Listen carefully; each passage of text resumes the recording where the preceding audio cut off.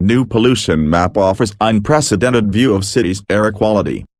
It's sometimes hard to understand how good or bad the air quality is around you, but a new air pollution map for the city of Oakland, California, offers the highest resolution view to date of air quality on a block-by-block basis, according to a new study.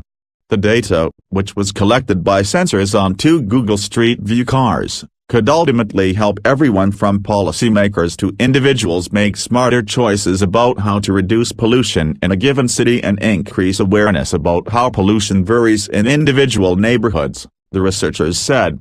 The cars drove more than 15,000 miles, 24,000 kilometers, in the study domain, said the study's lead author, Joshua Apt, an assistant professor in the Department of Civil, Architectural and Environmental Engineering at the University of Texas at Austin. They collected the largest data set ever of air pollution collected by cars driving down the streets of a single city. In photos, world's most polluted places, with such sharp resolution, Apt and his colleagues could see hot spots of pollution, discern any dramatic changes over short distances and tease out specific locations that had consistently good or bad air quality over a long period of time. The study was the result of collaboration between the Environmental Defense Fund, UCLIMA, which develops environmental sensing systems, and Google. The goal was to map and measure pollutants that impact human health and the environment. The results were published online June 5 in the journal Environmental Science and Technology. Typically, air pollution in urban areas is measured by stationary monitoring sites that are equipped with sensors and are sparsely located around a city. On average, there are 1 to 4 sites per 1 million people in an urban area, Apt said. In Oakland, just 3 stationary monitors capture air quality data for the 78 square mile, 202 square km city. The data from these sites is used primarily for regulatory compliance with the Clean Air Act, Apt said. But, it doesn't provide a high-resolution spatial patterns of air quality. With the mobile method, Apt and his colleagues were able to get 100,000 times the resolution. They accomplished this with the UCLIMA's mobile sensing platform using highly sensitive pollution instruments on the 2 cars, which drove down the same street an average of 30 times each and collected 3 million measurements of nitric oxide, nitrogen dioxide and black carbon.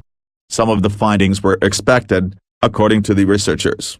Busy roads and industrial neighborhoods had higher levels of pollutants than quieter streets in mainly residential neighborhoods. But, a few findings stood out. First, pollution can change greatly in a small area. There were many blocks where pollution varied by a factor of 5 or 8 from one end of the block to the other, Apt said. There were also lots of hot spots, places less than 330 feet, 100 meters, long, where the levels of pollution were substantially higher than what might have been expected. Last, the location of the hot spots stayed consistent over time, the researchers said.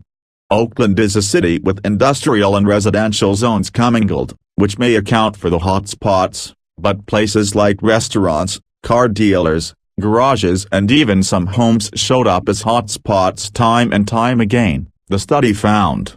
Until the creation of these new maps, those hot spots had been unknown. That's bad news and good news, Apt said.